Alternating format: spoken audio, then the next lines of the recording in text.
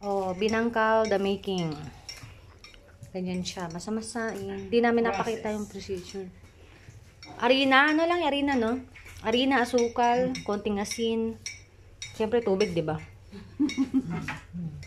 Dapat marami kayong mantika kasi ipiprito siya. Ayan ang ingredients. Ayan, oh. Ito po yung ingredients, guys. 1 kilong... Paki-picture na lang, guys. 1, 2, 3, picture! Mine na po. Charot.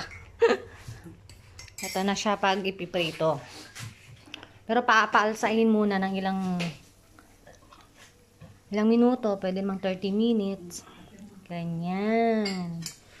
Ang sarap niya, promise. Masarap sa kape. Malinamnam sa kape. Malinamnam. Kaya napakape kami. Ang asukal nito, 1 kilo, ano lang. Isang cup. 1 cup per 1 kilo na harina, no?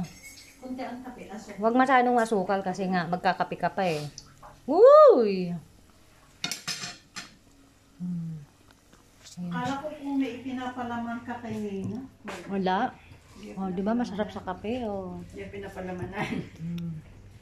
Hindi naman yan, ano ba yun? 1, 2, 3, picturean ko pala. Gagawin ko sa Pinas. Ayan. Yan, ipakain ko sa mga, mga bata. No? Pag may mga kids. Kasi may kids ministry doon. Pwede yan. Kaso, ang hirap gawin ko. Sopas na lang pala. Gusto mo lang yung pasta. Ito, pagod. Yan mo ng manok, itlog. Mas maksaya pa sa mantika. Pero okay, anyway. Once in a while, di ba? May iba. Pag mga special, ano lang. Dami naming sponsor, oh. Pero ito, wala nang laman, guys, ha? Tapon na. Hindi, paglagyan ng mga something-something, huwag niyo basta-basta itatapon. Yan. Habang gumagawa ako, lumalamon na. Ako lang yung taga-kain, ha? Hindi lang. Taga-taste, pre-taste.